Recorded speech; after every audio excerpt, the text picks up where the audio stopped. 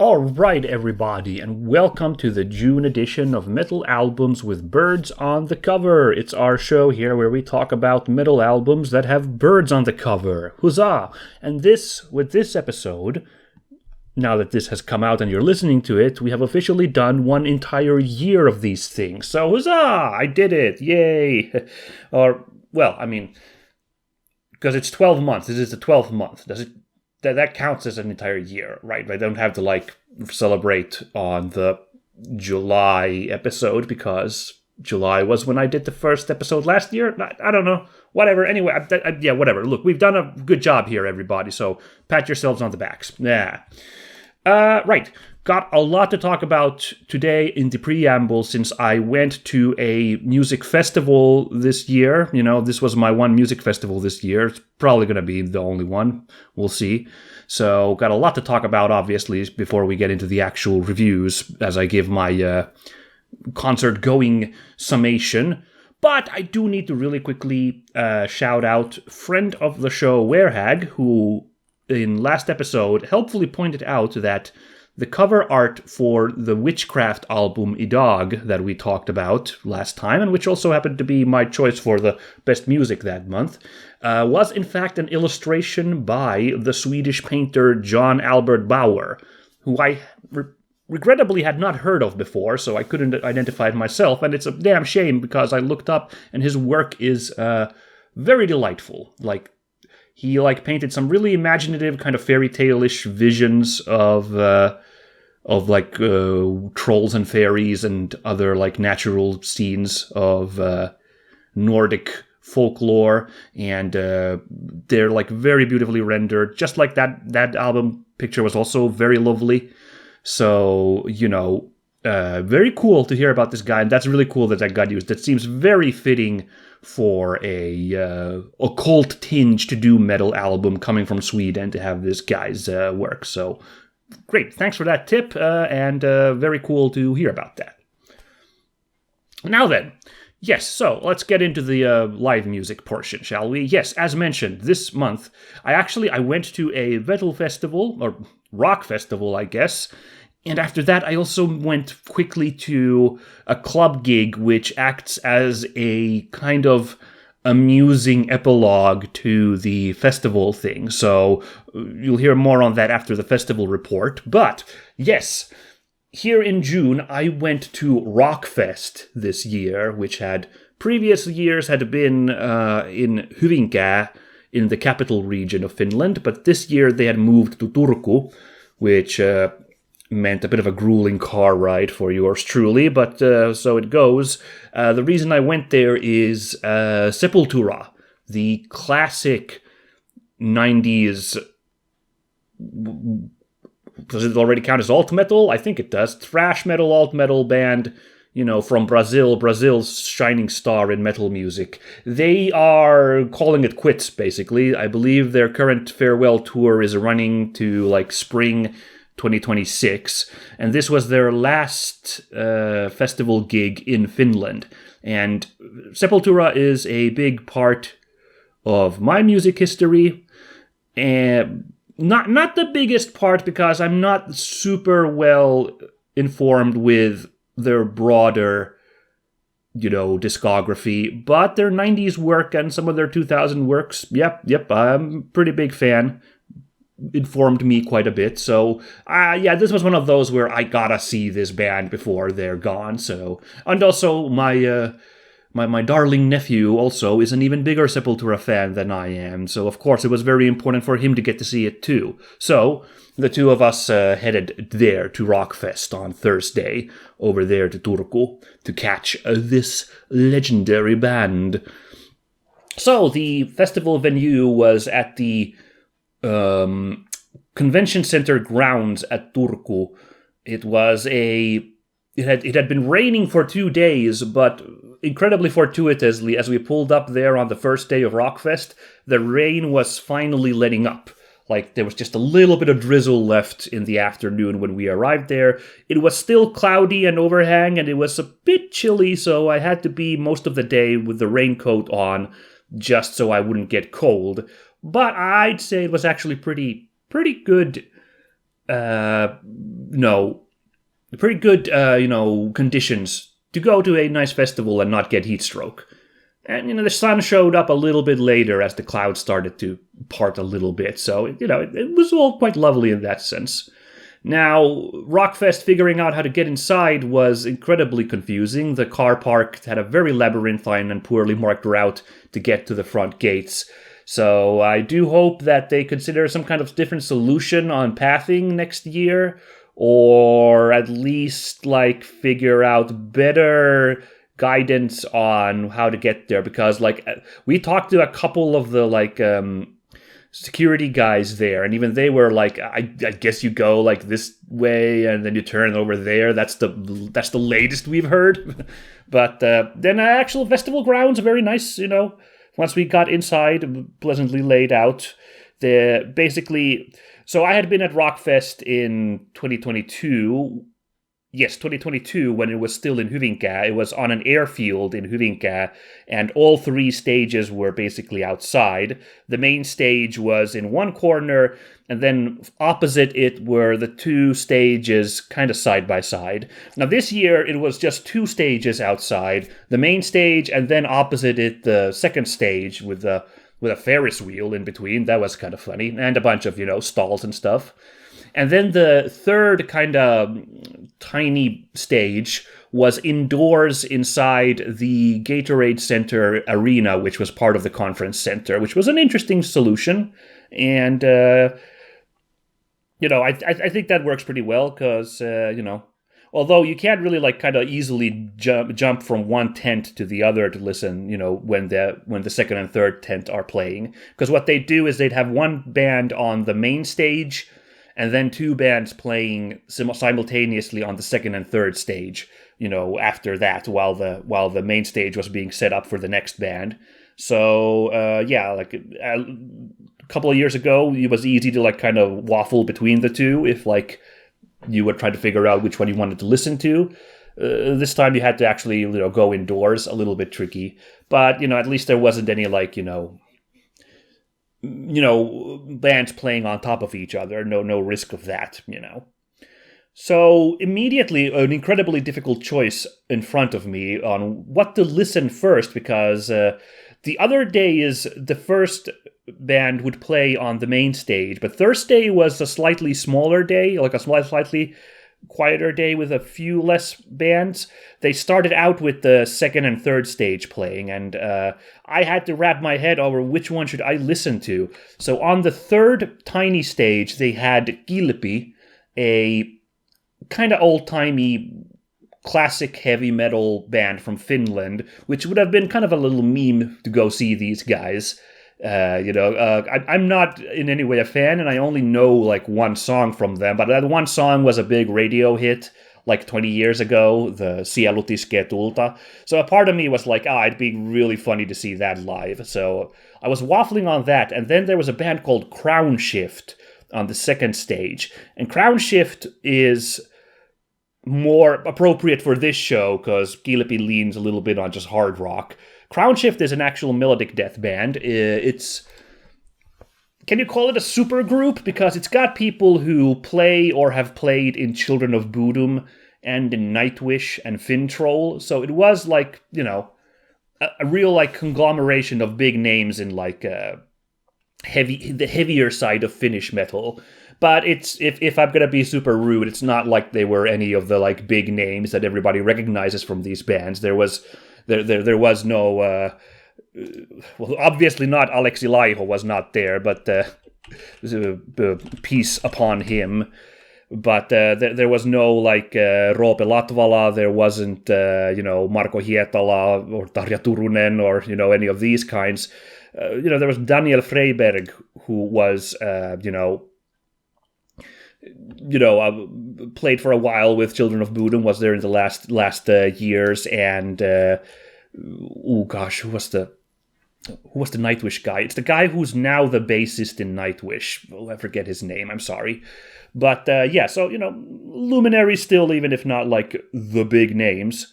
And that's what I ultimately I decided, because my nephew didn't particularly care for either one. I decided, let's go listen to Crown Shift instead first, because I thought that it's a little crummy to come to an open-air festival and the first thing you do is go inside a cavernous, like, arena.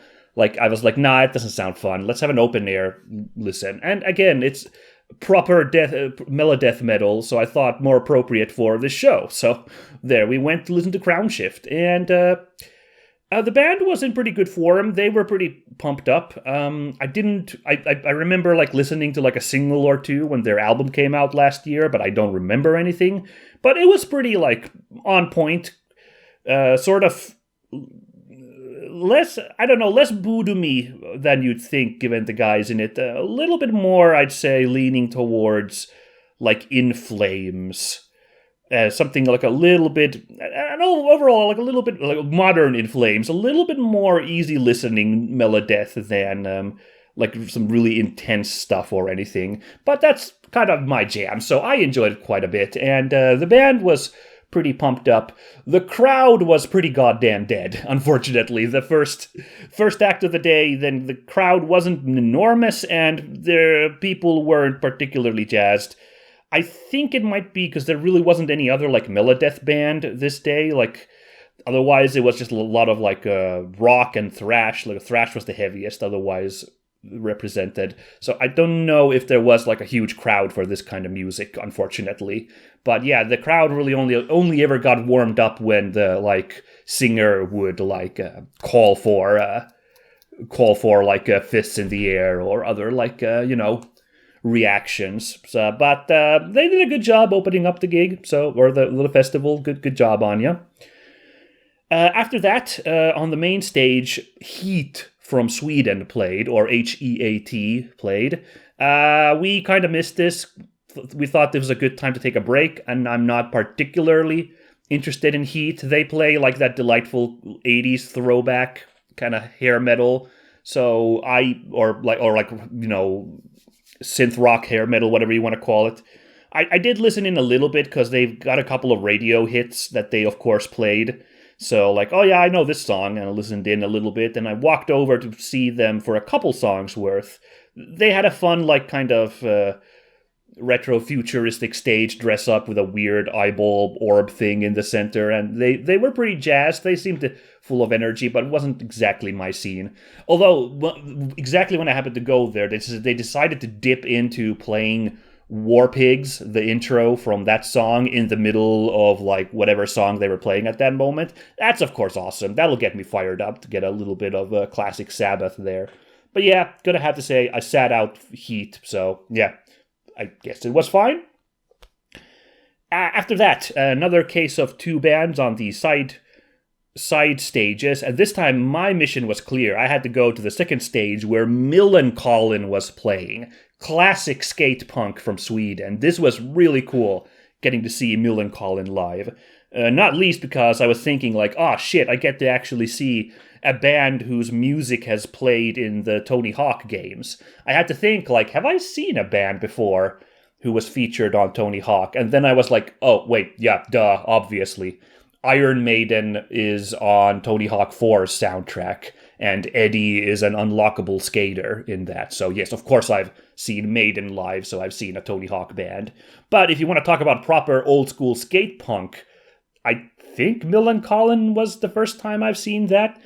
And these guys, yeah, as befits skate punk, like, there wasn't like any like crazy like stage setup and not many crazy theatrics or anything, but the guys came in and just played with big energy. They just went through a nice little run through of their catalog, ending with No Cigar, the classic Tony Hawk song from, I think it's 2 where it plays. So like, that's hype. I really enjoyed watching these old punk rockers just kick ass there. The energy was great. This was the first time I saw the crowd fired up. There was a proper pit running around there towards the front of the stage, so there clearly were skate punk fans in the audience, and that's delightful.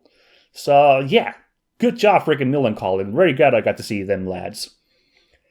Now then, after that, this is when the main event for us came up, because now it was Sepultura's time to play on the main stage. So we shuffled pretty dang close to the front. Like, I was like right behind the guys leading on the barrier. Like, this is pretty actually awesome that got this close. And yeah, Sepultura frickin' walked on, and it was enchanting. These guys, 40 years having played now, although a lot of lineup changes, the Pedantic will point out that there are no founding members left in the band at the moment, although one of them, oh gosh, was it the bassist or the guitarist? Hold on, I'm really quickly looking this up. Let me just check this. I believe it's the bassist Paolo Jr. Yeah, he's been part of the band since before their first album. Like, he wasn't founding the band, but he's definitely been there, like, mega super early. So, you know, if you want to count him, then there's, like, one guy still from the beginnings of the band. Also,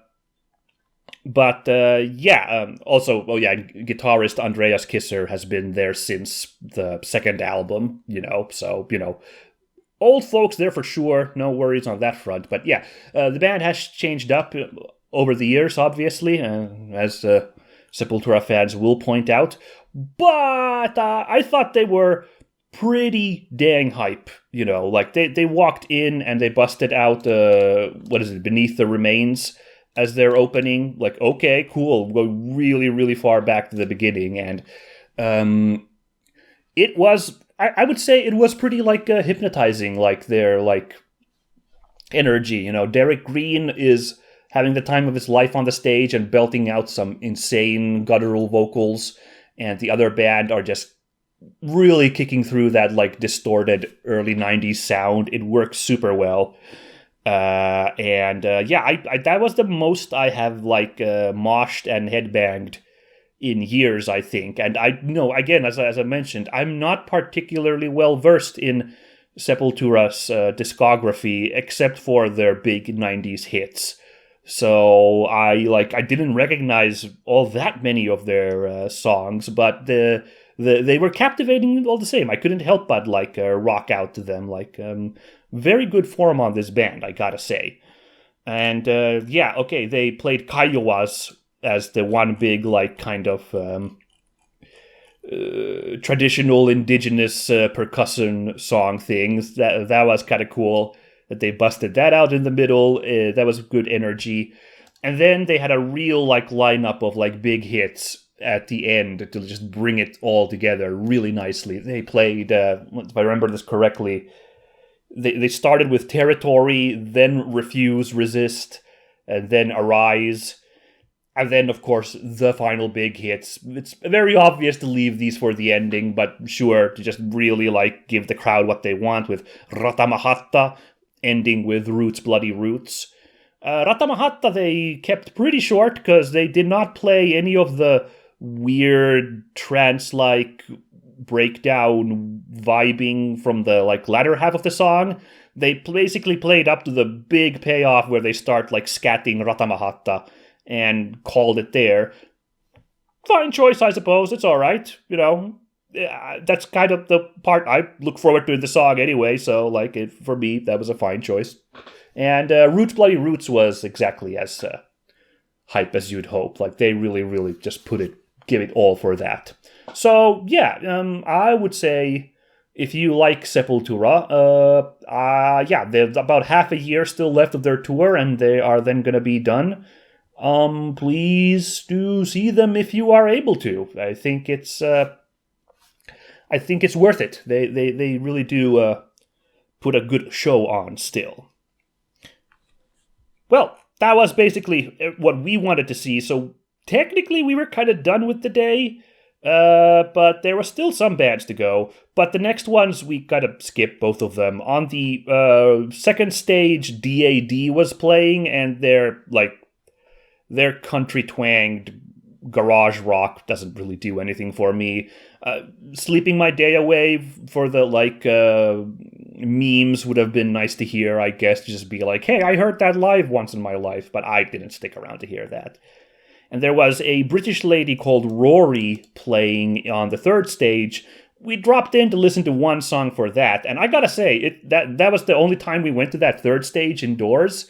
It's kind of crazy that because it's like a big concert space, So it felt absolutely humongous because we were in that like arena, center area watching her, and there was just a ton of people there. Because I'm used to that like third stage being like the kind of 4 tiny bands for intimate club-like vibing, or even if it's outdoors, I expect the last stage to be like a tiny one, which is for like a small event. But this felt bigger than the second stage by virtue of the like cavernous arena space we were in. It was kind of weird. But yeah, no, her band seemed cool. Like it was pretty rocking, but we were, again, kind of out of energy, so we only stuck around for one song. Instead, we went up to the second floor of the Gatorade Center, which the name of the arena there, where we went to listen to some karaoke. They had a bar section for karaoke there, and that's where obviously you got the best performance of the night when yours truly sang Cemetery Gates by Pantera for the dozen or so people attending. And that was freaking, oh boy, like it's really funny. My nephew told me that someone in the audience commented as I went up to sing, like sarcastically commented, well, it's a good thing they didn't pick a particularly hard song to sing or anything. And like, and I wish this story could be like, that, I really showed him and like put on an amazing show, but no, I was terrible. Of course I was. I can't sing, but it was really, really funny to sing Cemetery Gates then anyway. Like, so, I did a pretty dodgy job there, but at least I did it, very amusing. The songs before that, that was also funny because the songs before that were more standard karaoke fare, maybe a little bit more rock twinged. We heard Bohemian Rhapsody and Stairway to Heaven, and and a really good rendition that was kind of interesting of You Know My Name by the late Chris Cornell. I think the guy who sang that actually does do singing. Like, he did a really good version of singing that song, so props to that guy. But yes, then I came up here singing freaking Pantera. It's ridiculous. It was, I think I did okay, actually, despite my self-deprecating, but the second time he yells Gates, there's that, like, kind of build-up. He's like, cemetery, and then the drums and the guitar really, really, really build up before he goes, Gates! And I mistimed it. Like, I did it, like, one bar too early, because I was like, okay, here it comes. And then, no, the guitar and drum still went on, so I had to just shrug to the audience, like, whoops, okay, fumbled that one. And then the other, like, hilarity was the very ending where, Phil Anselmo just shrieks the Gates parts. Like, really, he gotta suddenly just go super high as a throwback to their early hair metal albums, I guess. I don't know. And, like, I did surprisingly well on the first one. And then the second one, I was already kind of fumbling because I can't sing, so I can't just suddenly go super high.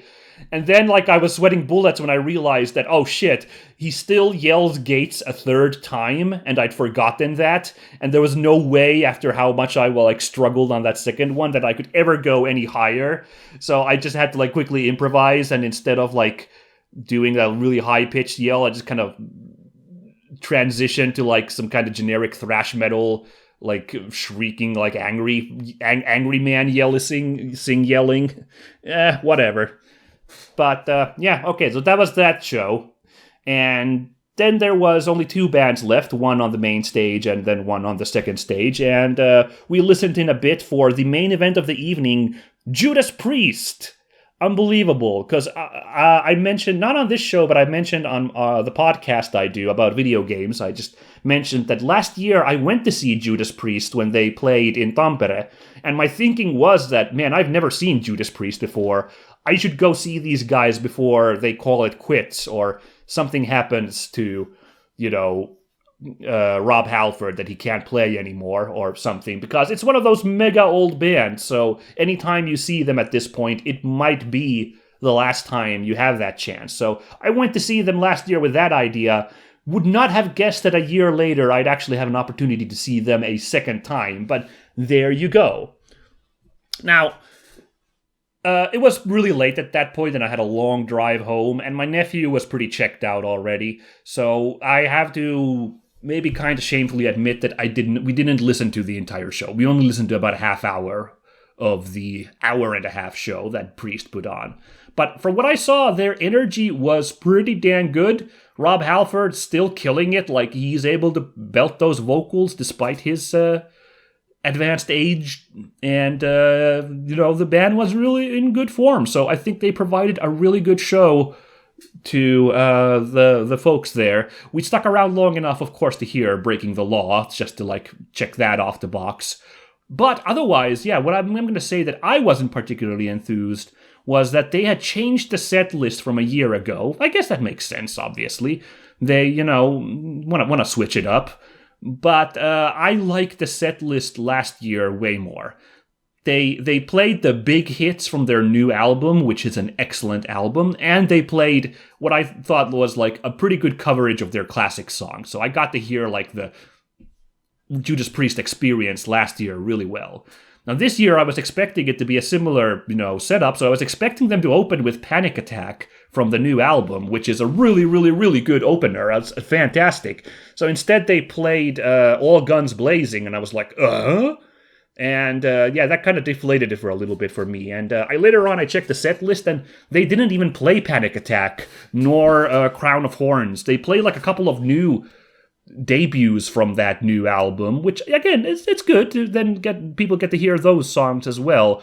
But the energy of this new tour was definitely that now we're playing like different set list from last year, and this one a little bit more oriented for like quote unquote actual Judas Priest fans, the kind of big fans who do know their catalog super well and like can appreciate those like different pulls. So, but that meant that I checked that they didn't play Turbo Lover, they didn't play Electric Eye, they didn't play Green Manalishi. So I'm a little bit glad that we only actually listened to a half hour there. Like song selection wise, I would have kind of been like, oh man, okay. Like, thankfully, as I mentioned, I have that last year's gig in my brain to remember to,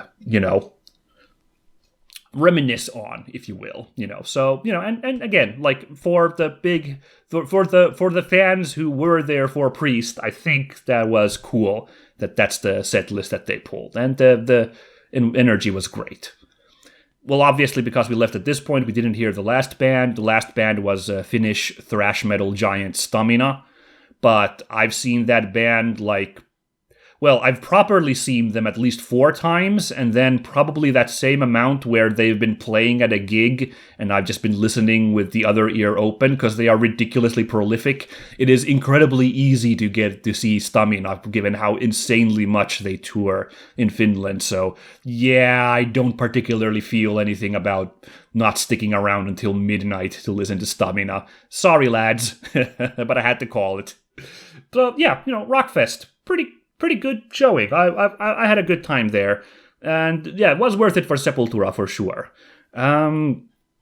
Maybe I don't know, like since there were more than a couple where I kind of checked out, like it could have probably been a more robust group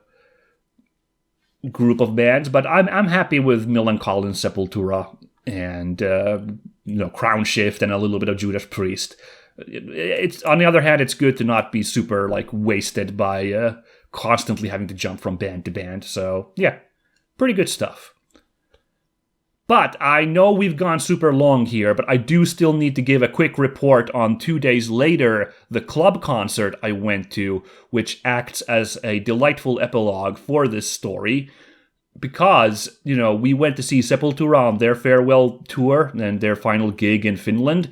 And 2 days later, Soulfly was playing in Helsinki. Now, just as an explanation for people who don't understand this, Sepultura was founded by, among the founders, an important figure and kind of heart of the band in its early days was Max Cavalera, an incredibly important figure in Brazilian metal scenes. And he hasn't been a part of Sepultura for 30 years, I guess, getting close to that, you know? And Soulfly was the band he started after leaving Sepultura. So that's why you can see why this is hilarious. Like, after seeing what Sepultura currently is, we got to go see the founding person of Sepultura, seeing what he's doing now after leaving that band. So it's very funny confluence. Like, my nephew called me up like a few weeks ago, like, oh my god, you know what's happening? Like, right after Rockfest? Oh, we should go. And like, you know what? Yeah. A part of me was like, oh man, I'm gonna be so wasted from Rockfest, having to go to another concert immediately. But the other part of me was like, yeah, the memes of seeing Soulfly right after Sepultura, kind of worth it. So off we went. I put on the Sepultura shirt that I had bought at Rockfest, brazenly wore that to the Soulfly concert. No one kicked my ass, thankfully, because there is some amount of debate among metal fans about these two bands and their merits, but no one particularly, you know, saw offense to my shirt choice. Although I didn't really see, it was just me and my nephew who I saw with the Sepultura shirts there, so I guess everyone else was probably primed. But yeah, the warm-up band was legendary. It was Finnish hardcore punk legends Terveet Kädet, which part of me was like, they're still like around, okay. And that's amazing that I got to see Terveet Kädet live. It's what you expect from hardcore punk, and it's an interesting contrast to Millen Collins' easier to listen skate punk, because these guys just raved and like bashed music on the like stage for a half hour, and I could not make out barely anything about what the singer Läjä Äijälä was singing there. Like, I could not really make out much anything, except of course their classic song Pissa ja Paskaa, which they played towards the end. For our international viewers, that is a song which translates to pee and shit. So, yeah, you know, you can tell what we're operating with here on the hardcore front, which, of course, for that I marked out, like, come on, it's their classic meme song. But, yeah, it was really, really funny, like, and that got a really aggro mosh pit they got for this song. One where, you know, people weren't even running around. It was just people like kind of slam dancing and bashing into each other. I was like a little bit freaked out.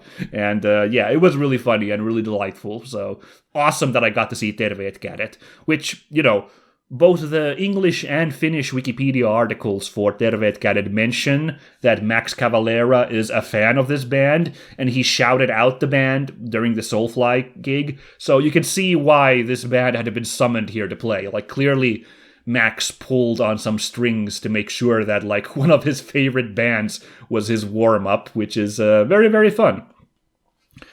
And then we get the Soulfly itself.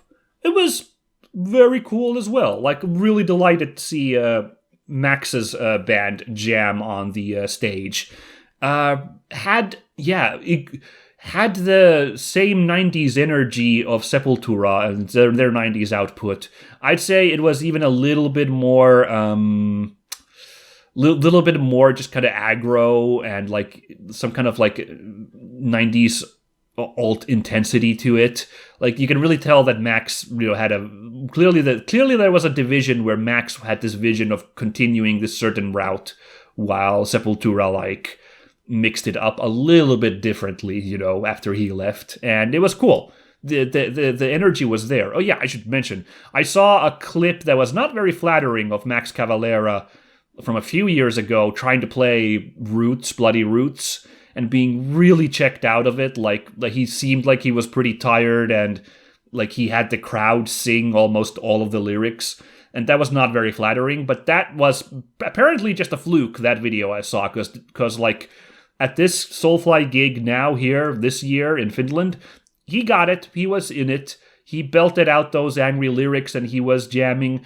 This was a band that didn't do a lot of strutting around on the stage, so he didn't do that, and neither of his bandmates did. They rather stiffly stood exactly where they were and played their music. But no, they weren't lacking in energy at all, and Max was really into it, and yeah, it was really cool. And I think their music works better for that more intimate, small club space.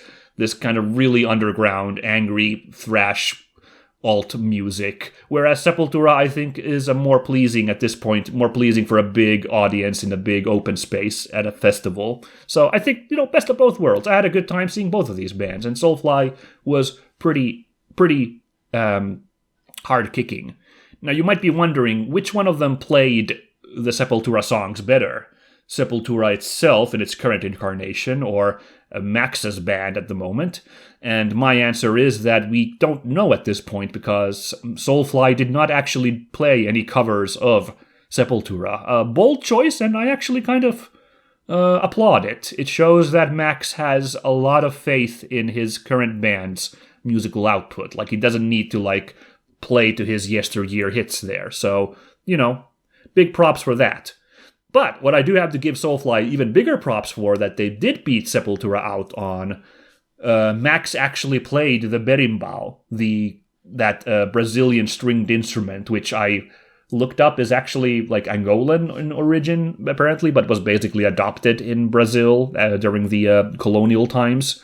It makes that super twangy bang bang bang wow wow wow noise. You can see Eddie in Tekken 8 playing it in some of his fight intros. Yeah, Sepultura only played it at Rockfest on the backing track as an intro for a song or two.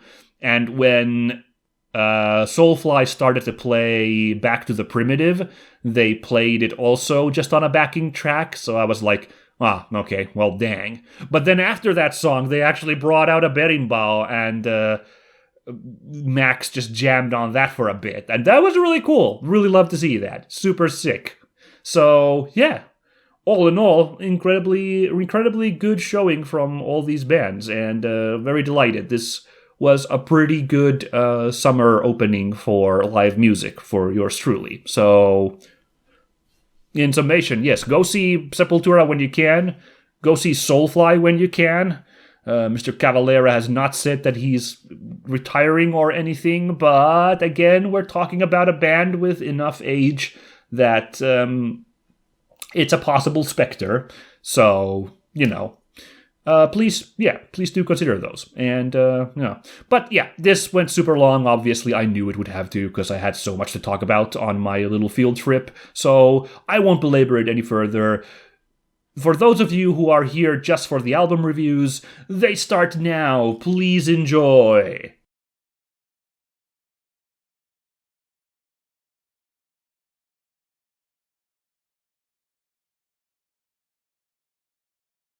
Alright, we will kick off June with Austere, the Australian kind of atmospheric, depressive black metal band, coming with their fifth album, The Stillness of Dissolution.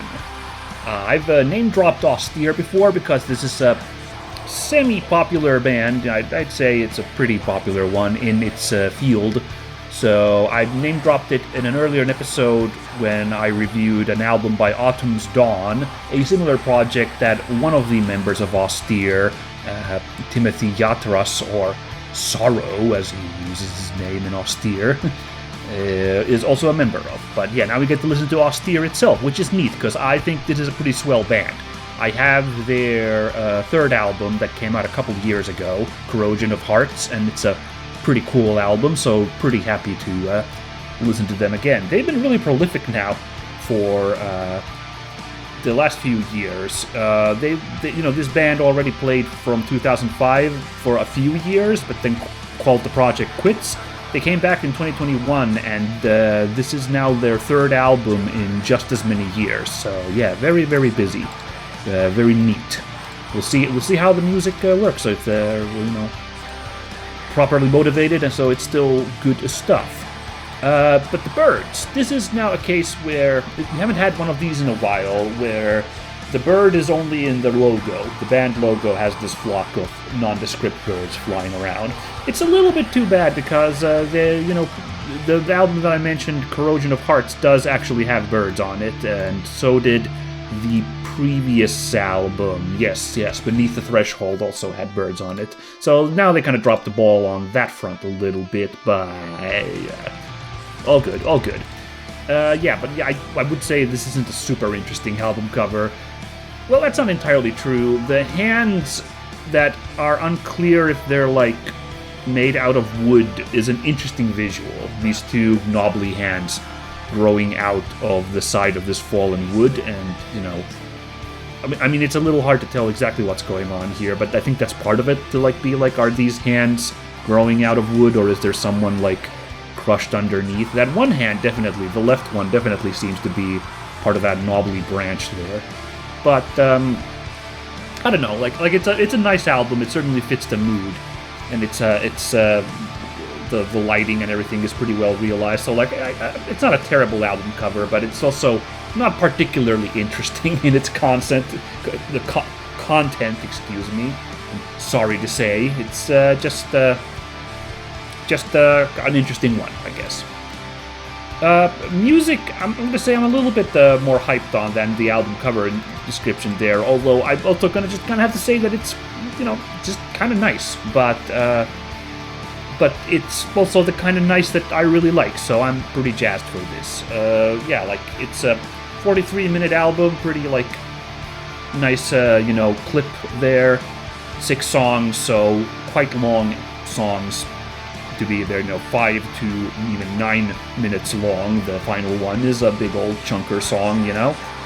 Yeah, it's like, it is, I think it's a really good example of the kind of like melancholic black metal that I enjoy. Like, I reviewed Autumn's Dawn. I thought it was like, this one's kind of not particularly interesting, and this one I think is a step above. Like, it's got an immaculate kind of mood of like somberness. You know, it's called depressive black metal, but I feel like depressive is an extra strong word for somehow. I don't know, this just kind of has a kind of a sad, but also kind of like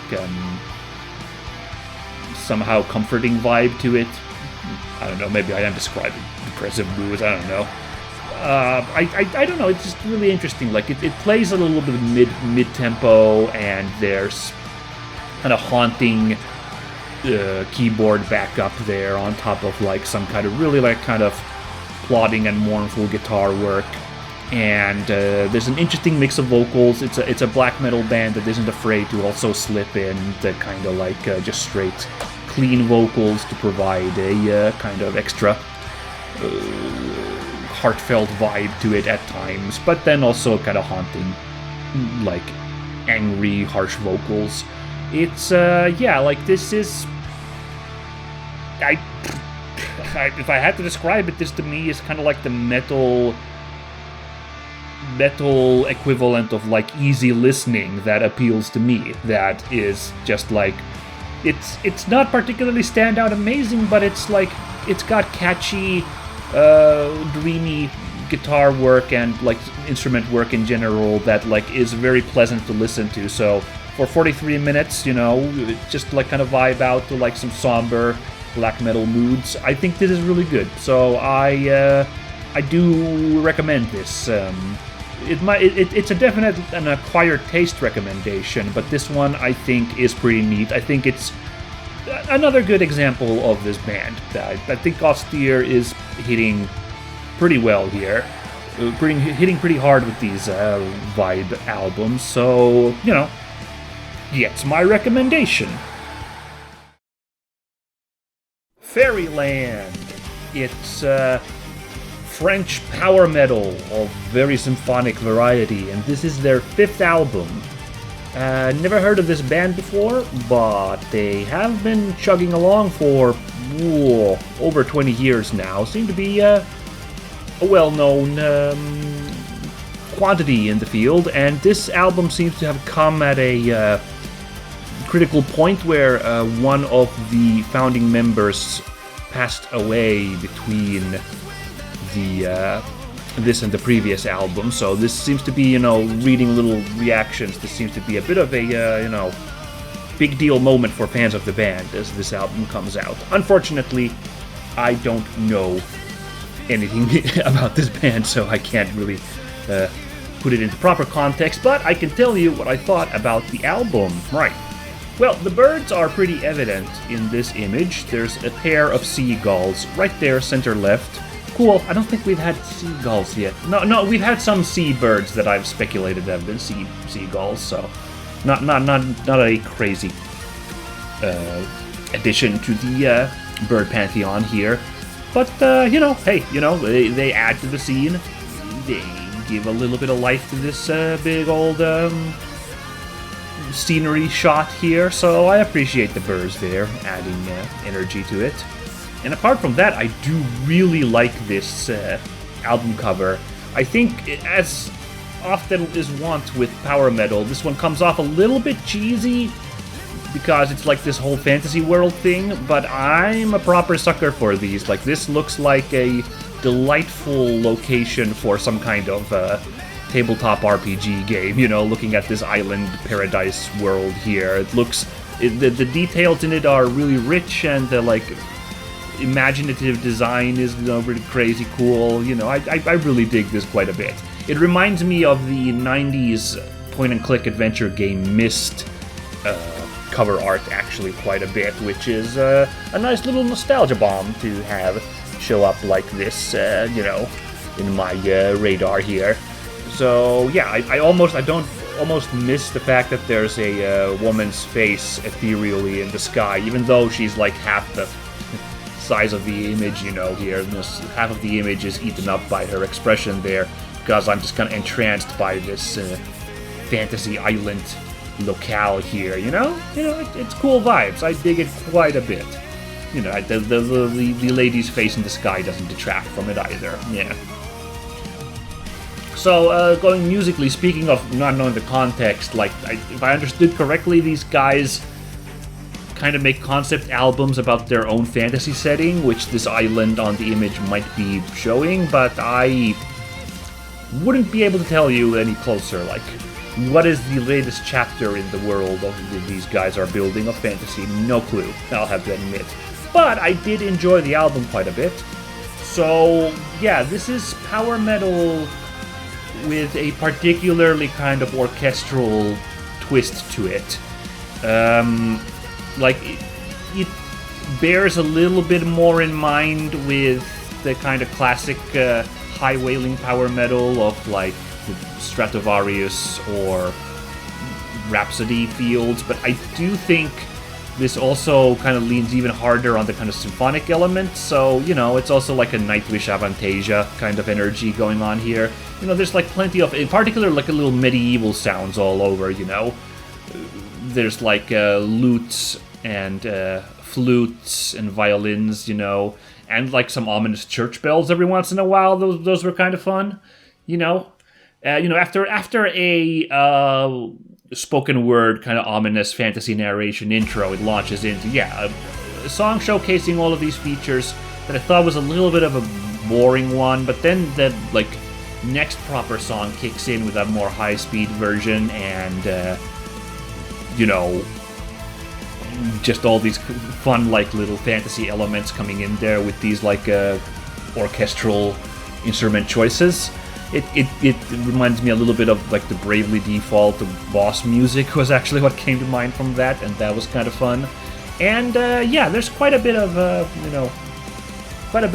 variety here. Although it is pretty fast pounding, but again, I would say that it doesn't remind me entirely of the kind of Stratovarius Rhapsody feel, because I think the guitar virtuosity isn't quite here. I think, as I mentioned, there's a lot of those orchestral instruments. I think in this album they share as huge a part of the album as the metal instruments, the guitar and everything. Which in fact means that I think, the guitar does not show off in the same way as some of those other bands I've listed. So that might be a breaking point for you, dear viewer, if you wanted the more metal to be proper here. But I enjoyed the, stuff being put down here. Now, another wrinkle that I didn't maybe quite as much enjoy is that this is an hour and 5 minutes long, so it's quite a chunky album. And one of the big reasons it goes for that long is that there's more than one kind of instrumental orchestral track in there, as in there isn't any metal music at all. It's just kind of mood music with those big orchestral sequences. I could live with like maybe one of those, or let's say the intro and then like maybe one of those. I'm not sure, there was at least like a couple, if not 3 of those, I don't know, I lost count in there. And I think make the album a little bit too unwieldy for its own good. But it's pretty well put together, really good production values, it's pretty hard hitting. It's, I think, a great example of power metal, so, a good recommendation for fans of that genre. Moving on, next up is going to be, I think, the highest profile release this month, at least on this show, being featured on the show. If there's something else, then do let me know, of course, if you feel like it, but sure, let's go with that for now. It's Katatonia from Sweden, providing their 14th album, Nightmares as Extensions of the Waking State. Easy album title to remember. Yup. I've actually name-dropped Katatonia once in the past, because they were the headliner the day last year that I was at Dark River Festival. But if you recall, I name-dropped them just to be like, and I didn't see them, because we called it before... the last act that night, because I'm not a very big fan of Katatonia, sadly.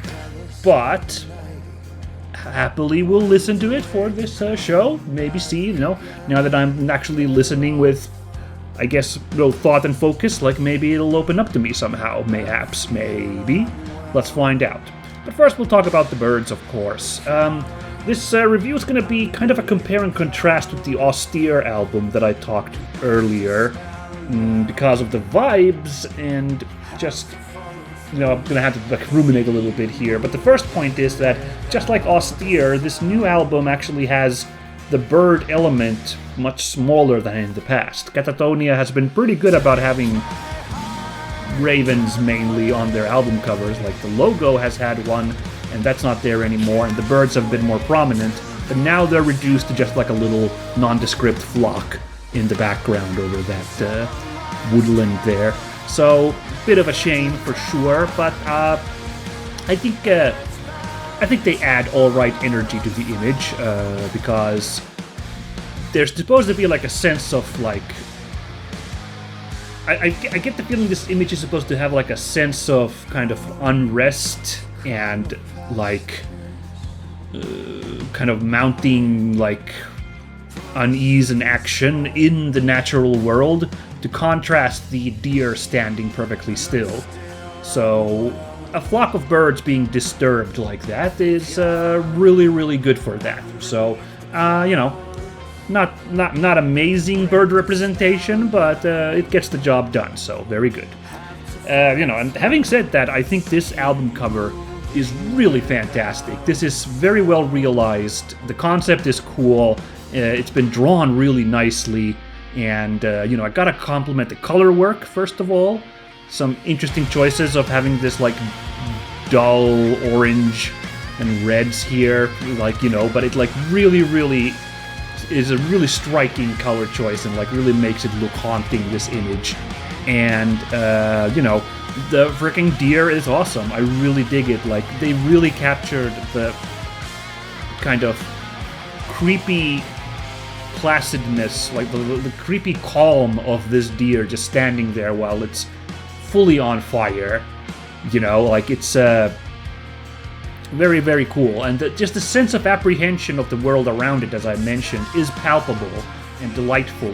I really do get the energy from, the feel of the image and the colors, that the whole world is kind of on fire, much like this deer. Maybe not exactly literally, but something is just wrong go right now. And just the really interesting juxtaposition of these power lines and radar towers, whatever, those satellite dish towers, with the natural environment, just forcing a kind of nature versus civilization vibe to this. The whole world is being affected by whatever is going wrong in this image. Yeah, it's an image that really speaks to me. I really do like it. I can't really say the same about the music. Poor Katatonia failed to win me over with this latest outing. Yeah, and that's why I need to really think about, how can I really like dress this into words? And I feel like I'm not going to be able to, but Austere, I said that I really did enjoy it, and I said that it was kind of like easy listening metal because of the vibes. I think you could call this easy listening metal as well, because it's pretty peaceful, placid. The piano has a large role in it, but it's like not super intense. So you could definitely, I think, use the same descriptor for this album, but this one just like doesn't really interest me. It isn't. All I can say is that it's not as gripping. What I can say is it's not really my cup of tea the same way that sad black metal is. This one's more kind of, I don't know. It's a little hard to categorize. Kind of progressive gothic metal, sort of, kind of a little bit alternative. But it just doesn't like grip me as hard. It doesn't. It's not like it isn't trying. Like, the first song has like a really interesting kind of breakdown, which feels like it's having a crazy cool build-up. Like, okay, yeah, if the album keeps doing this, then I'm gonna enjoy it. But it doesn't really realize that after that. And then the second song had some really interesting guitar riffs that last for like a fraction of the song, and like, okay, then it's back to the kind of sad vibing, which I guess is most of it. Like, yeah, it's melancholy without like any kind of really like huge bursts, and that's not really kind of sad poeticness itself just doesn't interest me that much. So yeah, I don't know. It just kind of comes off as like some not exactly sentenced either, but some of the like slower, more drawn out sentenced, I guess, kind of these Nordic sad boy metal acts. So I'm sadly not drawn into the Katatonia world yet. It wasn't exactly my interest. If you thought that Austere was too intense, then maybe this might actually be the kind of easy listening vibing you need. But I'm not gonna gel with this one, sadly. Alright then, I've made some references to dungeon synth a couple of times when the music has cleaved a little bit close to that, so I think now's the time that we actually look at a dungeon synth album here on the show. This is Lunar Cult, and their new album, The Blade Was Forged to Fit Your Hand. Huzzah! So, because I think in some ways, dungeon synth, definitely would land in the this isn't exactly metal, so I'm not sure how appropriate it would be to be on this show category.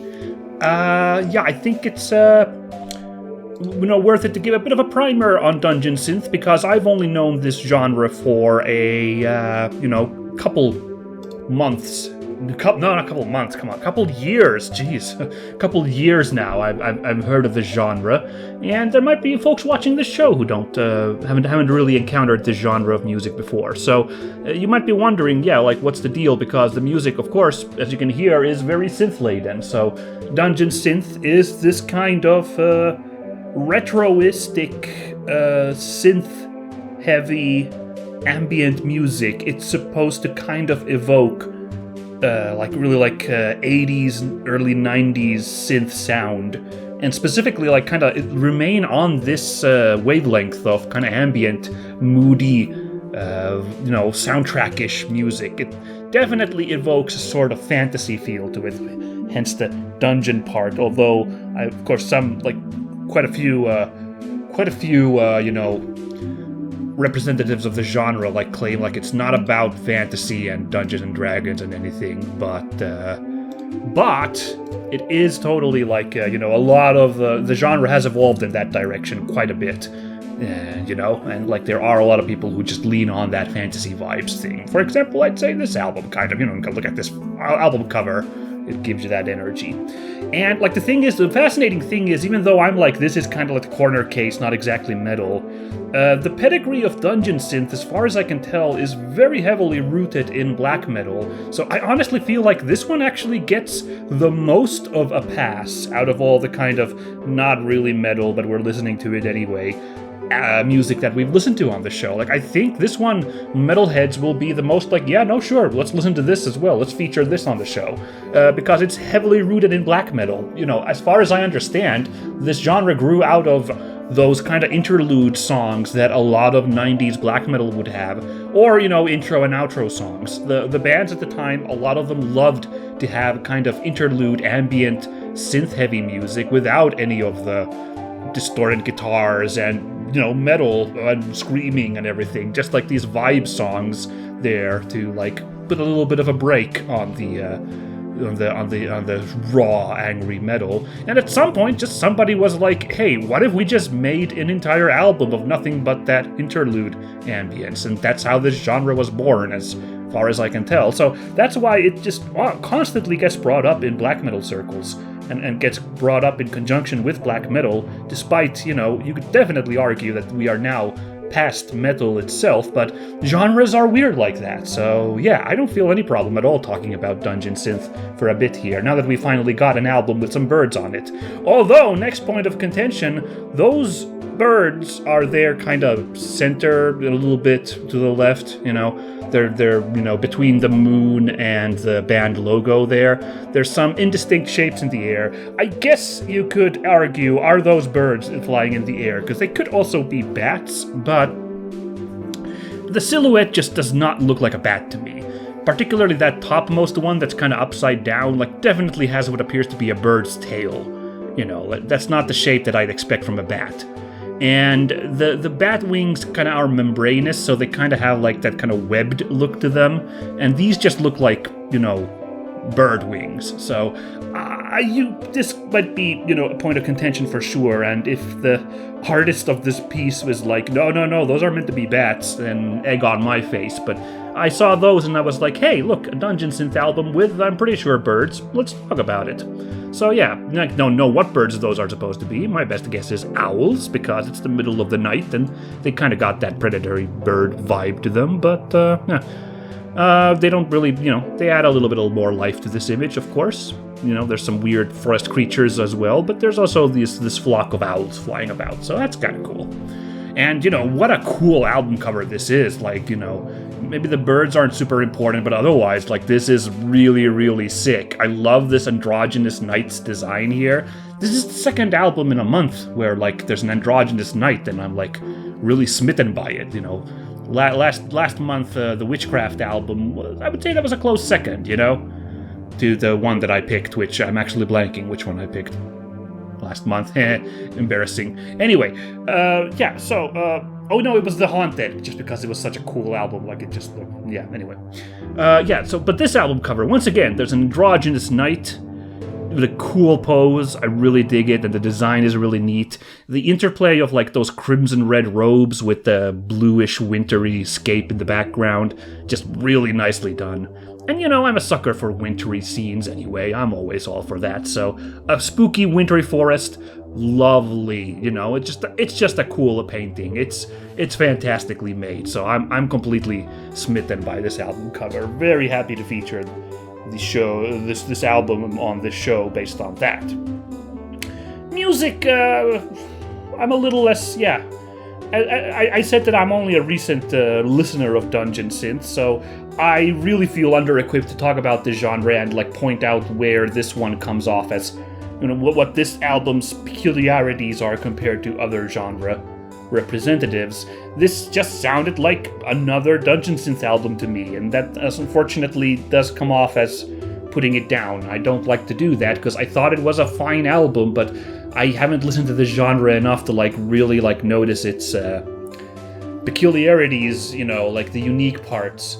Unless it's like a real, like, you know, going for a specific genre smash vibe thing. But this one, you know, as far as going for the whole fantasy energy thing, it just kind of did that. So, yeah, I don't know. It was fine to listen to, but it didn't, like, stick out as, like, oh, this is interesting. This is a crazy representative of the genre. It was just nice ambient music. It doesn't help that it is kind of like ambient, easy to listen, slow background music. So it's hard to, like, at least for me, it's hard to be like, oh yeah, this really sticks out, when the whole purpose is that it isn't exactly supposed to stick out.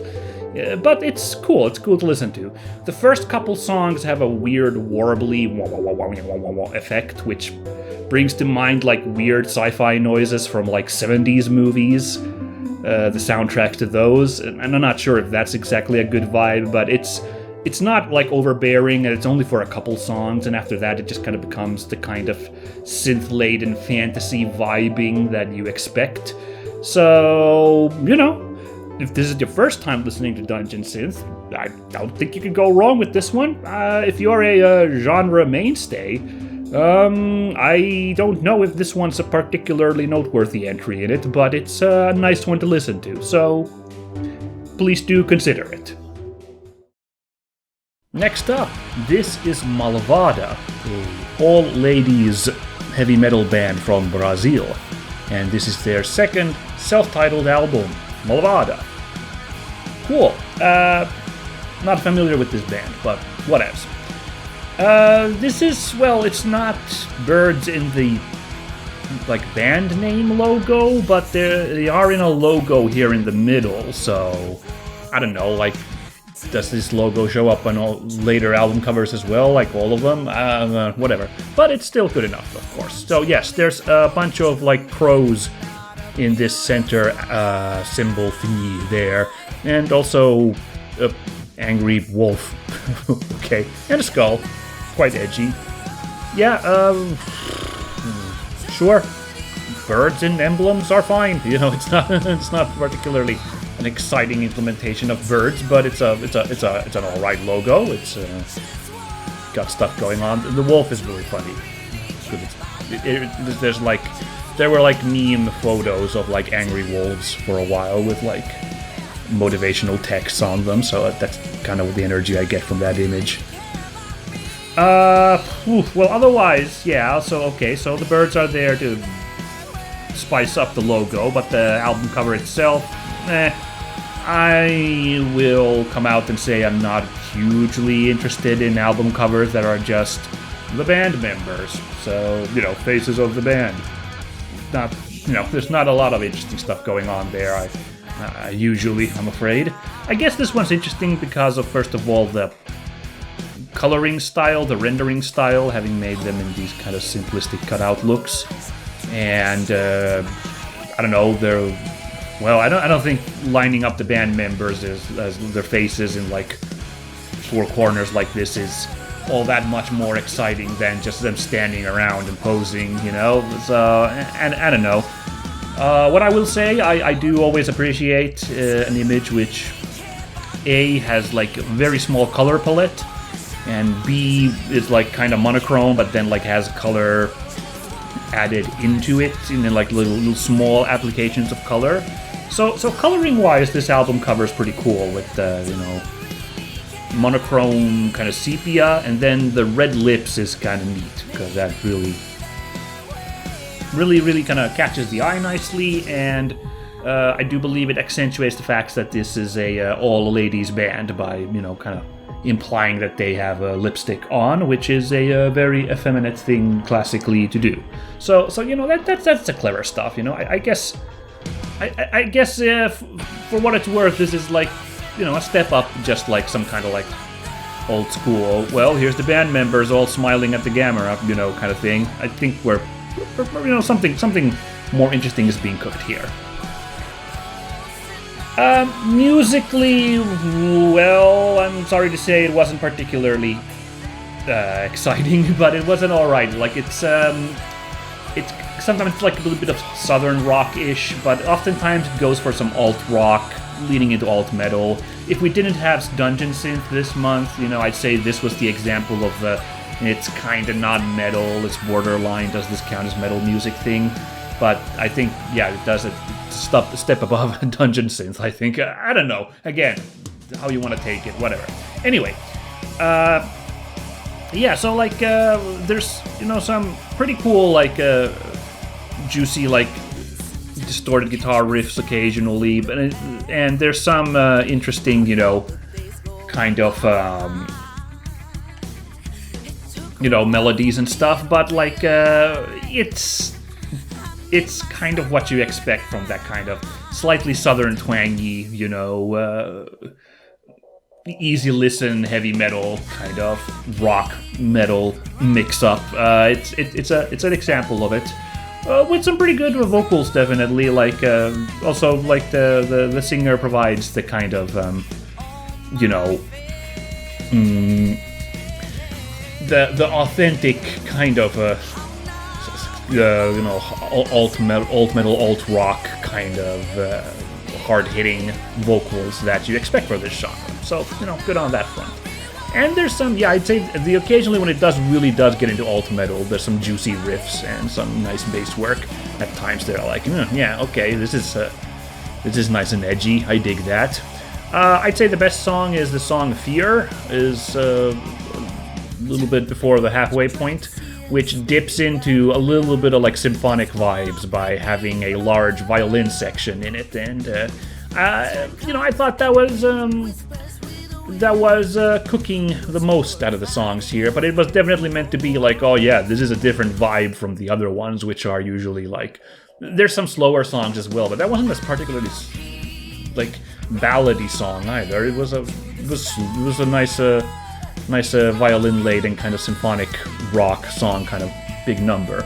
It's not indicative of the rest of the album, but I had a good time with that song. So I think there's stuff to find here, but it's not really my scene, so I don't think this one is a keeper for me. Maybe I'll go back and listen to some of the more standout tracks of it at some point, but maybe we'll see. We'll see what this band gets up to in the future. There's a groundwork for something pretty cool here. So yeah, but you'll have to check it out if you are more into if you are more easier to digest this kind of rock, then you check it out. I'm gonna move on.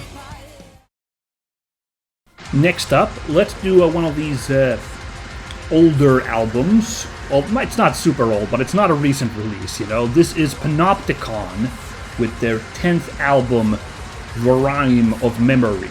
This came out in 2023, but Nordvis is re-releasing it now, so for some reason, I don't know why, it's a couple of years later. So, it's a great chance for me to take a look at this, because Panopticon is, of course, a pretty interesting band. I haven't listened to them before, I have to admit, but I had heard this project's name, of course, because Panopticon is maybe the biggest name in the kind of anarchist, environmentalist black metal scene, So, I'd heard their name, in conjunction with, like, Wolves in the Throne Room is the other one. So good chance. And also, it's way more of an Atmo Black vibe, which is interesting, combined with bluegrass, interestingly enough, because the man behind the band, Austin Lunn, is a Kentucky native, so the eponymous album Kentucky is famous for its bluegrass vibes. This one was less so. It's not like it's their like mainstay thing for this band, but the influences were there, so it was an interesting listen at last to get to hear this band. But let's not get ahead of ourselves. Let's talk about the bird on the album cover. There's two of them. I don't know what bird this sadly is, but it's kind of, it's a little bit faded, transparent there, but you can see this bird that is on the left and the right, kind of paired. Kind of reminds you of a playing card shape, the way you have the two figures on the character cards, But I don't think that's really what's being evoked here. I wish I knew what bird this was. Sadly, I'm not that familiar with North American birds that I could tell you what this is. It reminds me of a jay, maybe. So, like, I would guess some kind of North American jay bird, but I don't know. The very first song has a bird cry at the beginning, and you might recall in February when I reviewed Havokruunus album Tavastland, I used the owl call in one of their albums to figure out what owl was on the cover of that album. I can't really do that same trick here, although it probably is the cry of whatever this bird is, because there's too much broader of a, scope of birds, whereas with the Tavastland album, I already had a guess of which of two birds it could be. But here I wouldn't know where to begin. I know that there apparently are like programs you can get for your phone that are like bird call identification programs, where if you like turn it on and you play it in nature while the bird is calling, your phone will tell you what bird that is. I've been told that that's an option. So I guess if I really wanted to get into the bird watching scene, I could get that and compare it to the sound at the start of this album, but I'm just not that into it yet, so you'll have to forgive me for not putting in the work. If there is an avid bird watcher there who can tell me what bird this is supposed to be, then do let me know. But it is haunting. I do really like this image of this bird here. I don't know what that stick it's holding is, because it kind of looks like a bird's finger, you know, but I don't think it is, so I don't know what that is, but the way this bird is posed curled up like that just makes me think of a dead body. Like, I think it's a dead bird. The two dead birds like curling up like this, and that is really creepy. And it fits with this image of a wintry forest, you know, the dead month, the dead time of the year, so to speak. And this album deals with themes of like mortality and the approach of one's death juxtaposed with the death of the environment. So it's really on point to have a dead bird curled up like that, even if it is dark and macabre. But hey, that's kind of the vibe on a lot of metal. So yeah, and you know, the image itself, it's a nice image. I assume. Actually, I checked this from the Metal Archives. Apparently, Austin Lunn nowadays is in Minnesota. So I'm going to guess this is a picture taken from there rather than Kentucky. I wouldn't be able to know, except that I know that Minnesota is apparently rather close to Finland biome-wise, which is why a lot of Finnish people moved there back in the olden days. And this certainly could fool me, and I could say that this looks like an image from Finland. So, you know, Minnesota seems like a good candidate. Yeah. So yeah, cool image. And the music also really did impress me. I might almost say it floored me, but I don't know, we'll get into it. Now, you gotta deal with some humongous songs here. It's one of those. The opening intro is 2 minutes long. That's the only short song. After that, the shortest song is 9 minutes, and all of the rest are over 10 minutes long. In fact, they begin with a gargantuan song that is 20 minutes long, Winter's Ghost. You know, not counting, again, the intro. Hold on, let me try this. I erinringens höstlige dysterhet. You know, they toss out Norwegian there for the intro track for some reason, sure. Now, again, since I was primed for bluegrass, I was expecting, like, banjos and western vibes, but actually, like, really mournful and spooky violins in the opening. Then you get some kind of more twangy instruments in the proper Winter's Ghost song. That's the first proper song. You get, like, some kind of weird twangy instruments. I say weird, that's rude of me. That might be like a banjo, something closer to that. It's definitely got a western vibe, but it is not like, again, I wouldn't say it's like that, come on down and let's get all, let's get down to the who's gow and have like a little square dance and also get all, you know, misty-eyed about some Southern Belles or something. No, it's like a way darker, like, western vibe. It's something like you could imagine for something like Red Dead Redemption 2 soundtrack or like Hateful Eight, that kind of like winter western, like spooky, you know, spooky western twang vibes there, and just like mournful. And that goes on for 8 minutes. It takes 8 minutes until it suddenly explodes into black metal, which is interesting. I've seen some people say that that's a little too long. I was still so enraptured at that point that on my first listen I was like, yeah, no, that's fine. Maybe on my second listen I'd be like, ooh, maybe this doesn't need to be 8 minutes of just this before it gets into the metal, but no. First listen, good stuff. And the album doesn't let off after that. Like, it does the Atmo Black thing you want it to do, so like some huge big epic fills and like there's traditional black metal instruments of the distorted guitars and like, you know, discordant shrieking and growling, but then there's, you know, those violins are there and other like eclectic instruments giving it an operatic feel that like gives this whole thing, again, a mournful, melancholy vibe. It's very, very like, you know, haunting, you know, as I've often said about these albums, and this one's no different, and it really does floor me. that 20-minute opening song definitely goes by in like 10 minutes in my brain. And yeah, after that, a lot of interesting, like, just epic, sweeping, and also mournful, sad vibes all together. Interesting choice with the fourth song, An Autumn Storm. That one's the most intense and dark and, like, kind of, like, uncomfortable song. And it's a song about autumn instead of winter. And I think that's actually really on point. Winter, even though it is so damn lethal, you know, ignoring our modern sensibilities and amenities that allow us to make winter be pleasant, you know, in current society, like, you know, even if you think about winter as its like lethal, classic, scary vibes that like people in the past had to like deal with. There's some kind of grandeur and beauty to like a proper snowy winter. I'm saying this from the perspective of a person in a country which has really distinct 4 seasons of the year here in Finland.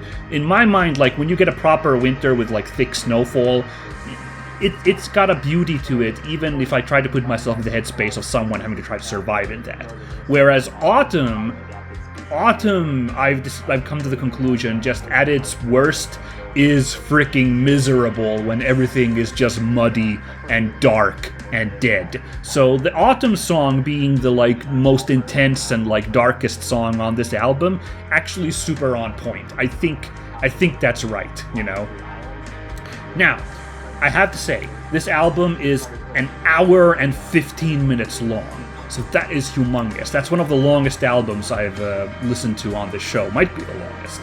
And I admit that it might be a little hypocritical of me, because like even on this very episode, I've been criticizing albums that are an hour long and been like, this could have been tighter, this could have been shorter. With Rime of Memory, I don't entirely feel like that, even though it is so humongous, but like whatever, like this is Atmo Black done right, and it captures me in a way that makes it feel, this feels like an hour long, whereas some of those hour-long albums I've talked about, and some that I've listened to outside of the show, feel like an hour 15 minutes, and which is why I want them to be tightened. This album kinda more, like, way more gripping, way works better, like, justifies its length a little bit better, except with the last 2 songs, which are both really nice, and, you know, after the darkness of Autumn Storm, they're both, like, more kind of melancholy, but also bittersweet, and have, like, uplifting sections, like, bring you back up and, like, make you feel good. Look, not just be sad, but also, like, find things to appreciate. Both of them work really well for that. Enduring the Snow Drought, the second to last song, is 12 minutes, and I think that's the better one of the 2. And in that sense, maybe the final song, The Blue Against the White, another 15-minute track, could have been tightened up or excised, I don't know. Because it was also a really pleasant song. It's just that the song before that I thought was even more killer, with its big sweeping grandeur. The final song's a little bit more muted, which seems appropriate for the final song, but just kind of like, didn't quite as make me go, wow. But, yeah, so, even though I'm like, no, I think this kind of justifies its length, maybe a little bit at the end it doesn't. Maybe on my later listens to this album, I would be like, no, it's a bit too much, even though, you know, it kind of does, like, justify itself for being so huge, but yeah, conflicted feelings on that, but overall, an amazing album. I really dig this. I'd say this is a great first listen to Panopticon. If you've never listened to this band, this is probably a good place to jump. That's just my vibe, at least if you like this kind of music. If the Atmo Black thing doesn't hit you, I think this one's gonna be more of the same, and you're not gonna be happy that you spent an hour and 15 minutes on it. But me, being a fan of the genre, yes, this was great. This was a good, like, to get in on this band. So, recommendations from me for other fans. Oh my goodness, that's a big bird right there in the center. Wow. Is this the biggest percentage of the cover art that's been an actual bird that we've had so far on the show? I would hazard a guess that yes, because it's like 80%. So this is Signeri from Sweden with their self-titled debut album. bit of a difficult to categorize band because there's some doom but also death metal influences there. Quite a plodding thing, but let's get into it. Yeah. So yeah, yes, of course, not a lot of work has to be put into, like, where's the bird in this image? This extreme close-up of some kind of corvid. You know, what can I say? It's a lovingly rendered take on them. Very well done shading. Looks like it's been done in some kind of like charcoal work, or at least a facsimile thereof. A pretty good choice for a rather dark colored bird, you know. So yeah, it's simple but effective. This kind of album cover, I imagine, you want to have something that's this kind of in your face to kind of sell you on how in your face the music is gonna be. So yeah, what do I think about the music? As I said, it's a little hard to categorize because it's got very harsh vocals, sort of like Sodom, kind of, you know, rough vocals, but it's quite a plodding album. It's a medium tempo at most. It's pretty intense music, but like that kind of like slow burn kind of music makes me think of some kind of like, you know, harsh doom metal or like death doom band like Opeth or something. But there is some kind of quality of like a little bit more of a modern metal sound there that goes beyond just being a simple like angry doom metal album. So yeah, I don't know what to like really call it exactly, but I do know that it kind of didn't really stick to me by the end of it. It's a lot of moodiness and dark and, like, as I mentioned, like slow chug forward, but it doesn't like really grip me that hard. There's some interesting like riffs in there and some you know, like variety in the kind of playing, and I do think the kind of Sodomy vocals are pretty cool. So the guitar work or the musicianship in general here I think is pretty tight, but I don't really see myself listening to this one all that much very often. I might make an exception for the final song. Hills Painted Red is the longest song on the album, and this one really is one which like they kind of like, how should I put it? They give in to kind of the melodicness of their slow plodding a little bit. So it's a slow one still, but it really like goes on a journey, and it feels like a good like cap for an album by having these big moody sequences and kind of melodic, mournful guitar work. Just kind of, yeah, you know, that's a good spicy variety song there at the end. But yeah, and before that, yeah, there's like cool moments, but otherwise, you know, not really all that fancy. Yeah, man, I wish an album with a bird this like ridiculously in front of it, I wish I could have had more to say, but this one is something that I'm just gonna say. I hope this band takes another shot later on and refines their sound. I think it could be something promising, but this one's not gonna go in my regular rotation, so oh well. Wrapping up this month, we're going to take a look at another black metal band here from Finland. It's called Veljessurma, coming out with their debut album Haltioissaan. Alright, so this album cover, at first I was not sure if this would qualify for this show. If you look at the couple of shapes there, bird-like shapes there underneath the band logo, you know, something's in the air there, the sky there, amidst the trees. You know, the profile was a little bit too unclear, like if even it is a flying creature or just some other splotch, so I would have like really hesitated to add this album on this show based on that alone. But if you look a little bit more carefully, if you look downwards from those two flying shapes and a little bit to the right, there is, you know, kind of center right, there is the silhouette of a bird on a branch there, close to the stem of that one tree there.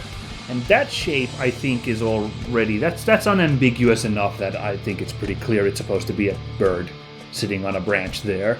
That is incredibly unlikely to be anything else what that shape is supposed to be. So, based on that, I feel we're okay to, talk about this album on the show.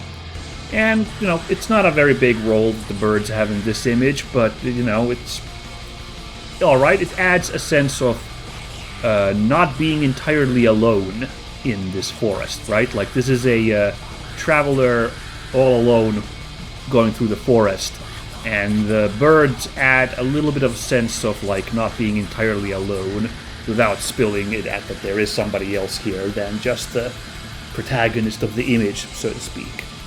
And, expanding on that, it's a tried and true image, idea of the spooky forest and the guy there. So, it's not, anything groundbreaking, but I think it's very lovelily done. The paintwork here is pretty neat in this kind of watercolory, washed-out look. But the color choices are super grim, suitably dark, and washed out again, I'd say, to add to the kind of cold, melancholy feeling of this haunted forest. And, let's look at those lovely, ferns there on the top left versus the dead tree trunks there on the east, on the right. It's just a really nice album cover, Oh yeah, and also that weird black shape there to the center, or to the right, kind of in the middle there on the right. That's really cool, kind of, because it's what is that dark shape? That also adds a sense of foreboding, is that a creature? Is that the grok from the movements, or is it just a weird rock there? Well, yeah, that adds a nice amount of mystery and a little bit of apprehension. So yeah, this album cover works really, really well for yours truly. So musically, Veljessurma busts out a bunch of tried and true black metal, which has some folksy influences to it. In fact, the term pagan black metal is once again dropped here in the Bandcamp description. Delightful. So yeah, it starts with a spooky build-up intro song of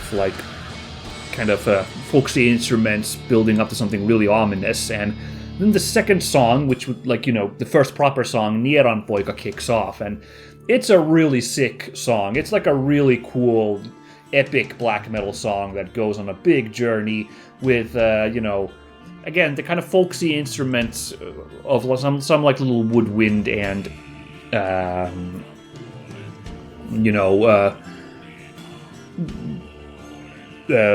acoustic guitars, blanked out there for a second. Acoustic guitars, providing a little bit of accompaniment for some pretty intense and sweeping black metal.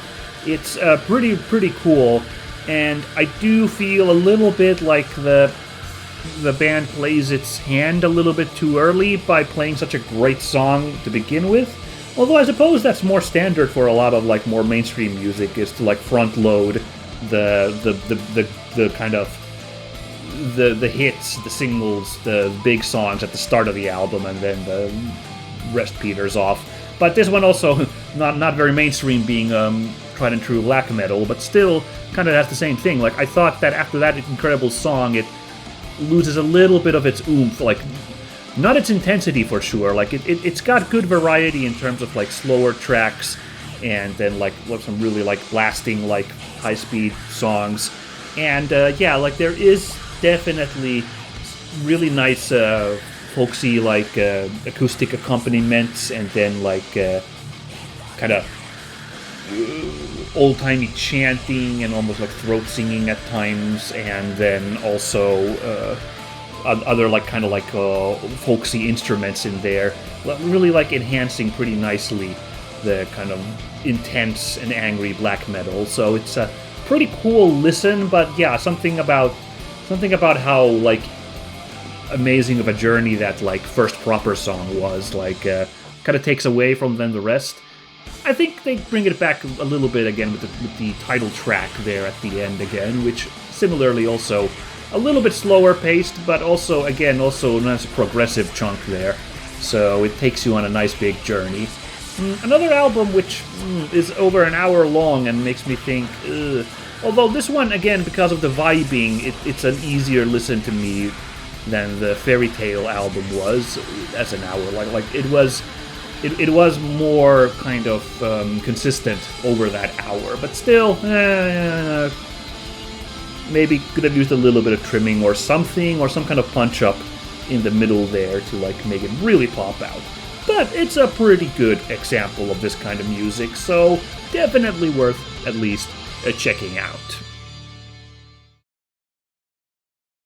And with that, we are done with the June 2025 edition of our delightful metal avian show. I hope you guys enjoyed it. This month wasn't as crazy broad with the genres represented the same way that last month was, but I thought it was a nice package this month. A lot of black metal, especially of the kind of emotional vibes there for sure, and the big sweeping epicness, but that happens to be what I like, so I'm not complaining. Also, I don't want to dwell, as folks may know, I don't usually want to dwell on the negative side of things, but it is interesting that there was such a palpable disappointment this month with that Katatonia album. I don't know what to say. My feelings of uninterest for this band are unfortunately validated by their latest offering. Oh dear. Oh well. We'll see in the future if something else might come up, though. We'll see what we'll think about in the near future, even maybe. No. But yeah, no. Let's talk about stuff that I liked this month. Beginning with my favorite album cover. This was a pretty good month for album covers. There's some real bangers among all of these. Even the Katatonia one, which, musically I wasn't a fan of, hits pretty hard with the album cover on it. It's pretty cool. And, another neat ones were the Signeri one, how in your face that giant bird image was. And just the beautiful vibes of the Fairyland album cover. You might say a little overproduced in hindsight, that thing, but it made me think of Mist, so I'm pretty happy with it. Yeah. So it's gonna come down, honestly, the which one's my favorite. It's gonna come down to the Veljessurma and Lunar Cult. That's the tricky part here. Because those were both pretty interesting, ultimately. Veljessurma really kind of stuck with me in the end, even though doesn't have a lot going on in it, but it's kind of haunting, so it kind of, works really nicely, ultimately. But I think I'm going to have to give it to the Dungeon Synth album this month. Lunar Cult's album just is super cool. And once again, I feel a little bad because the birds are not a huge element this time in the image. But I cannot overlook just what a cool, just album, fantasy image this is. There's the design of the night and the juxtaposition of that crimson red with the snowy, dark blue, kind of turquoisey darkness in the background, and just a lot going on in it. It's pretty snazzy. So, good job, Lunar Cult, or more specifically, I actually have the artist's name here. Misha Mono was the artist behind the image here. Go look their work up. I'm pretty happy with this one. So, fantastic. Good job, Lunar Cult.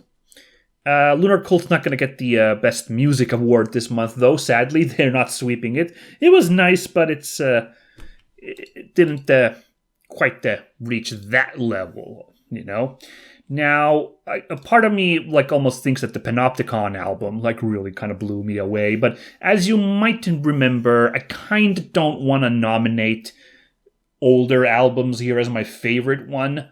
I do try to have one of the new this month releases. Although again, as stated, I do like the opportunities every once in a while to listen to older stuff so that we can cover a nice broad breadth of albums here, But yeah, anyway, point is, the Panopticon album was super cool, but I'm a little loath to nominate it for that reason. Not to mention that Austere album, though, was kind of cooking. I know that I was the Panopticon album justified the length, but the more I think about it, if I was to listen to an entire hour 15 of that again, I'd be Whereas the Austere album, same ballpark, at least, musically. More going for just it's described as depressive black metal, whereas Panopticon had a more wider range of stuff going on with those little bluegrass tinges and other like interesting flourishes. Austere a little bit more forward pointing and just the like really sad melancholy black metal. But it was a tight package that was a really nice example of its genre.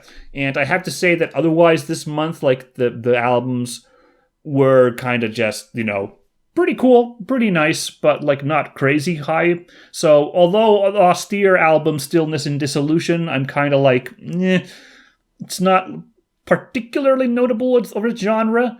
It's just a tight example of its genre, and that's what I need right now. So that's my favorite album this month. I really love it. The second album I'll be getting from the Austere lads in Australia after their couple earlier, not their previous. I missed the previous one, but yeah. Anyway, point is, big fan of this band.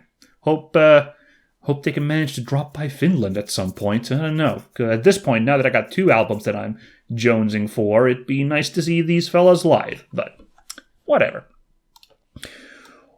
Okay, well, thank you everybody again for listening to the show. I hope you enjoyed it. And if you've been listening for an entire year, again, we're celebrating 1 whole year of me doing this stuff, Thank you so much. I hope you've gotten some good tips musically, yeah? So, once again, I don't know why I keep returning to this question, but will I keep doing this show? For the moment, I'm still having fun doing this, so I think we're going to carry on a little bit further. Do let me know in the comments. Are you feeling like it's becoming a little bit of a sameness since I feel like I'm kind of repeating myself with a lot of the albums since I can't I feel like I'm not bringing fresh new takes because it's often like, this is similar to something I listened to previously, so I'll just kind of yammer the same stuff I said previously. I don't know. Let me know. But at least on my end, it's still pretty fun to do this. From the bird-watching angle of being on the lookout for these kinds of albums, I'm enjoying it quite a bit. So that side of it is fun, and I hope it's still an enjoyable listen for you folks. Not to mention, if we're looking at some upcoming albums for the...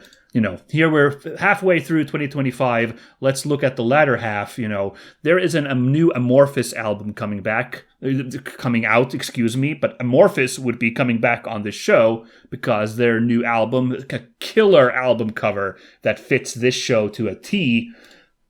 And, I'd love to cover that when it comes out later in the year. And other things to note, over from Sweden, Unleashed is coming out with a new album, which would be appropriate for this show. And then Warmen over here in Finland is putting out some stuff. And there's probably something I'm not even remembering right now, which I've noticed, which is like, hey, look at that. And that band's coming out with music, and they happen to have a bird on the cover. Isn't that fortunate, So I think latter half of the year is still looking pretty bright for stuff to talk about here, So please, if you enjoyed this, do come back in a month from now. Oh, and of course, please do support the artists that you enjoyed, whether it's Austere or you were sold for Panopticon or you want to dip into Dungeon Synth now that I've provided a sampling of that or whatever, please do consider supporting the artists so that they can keep doing cool music. But for this show, I hope you guys tune in at the end of next month to see what silliness we have got cooking for July when we are doing the month after a full year, Okay, it's going to be a boring episode then because of, no milestones anymore. But I hope you still tune in. Whatever. Thanks so much, and I'll catch you later. Have a good summer, everybody.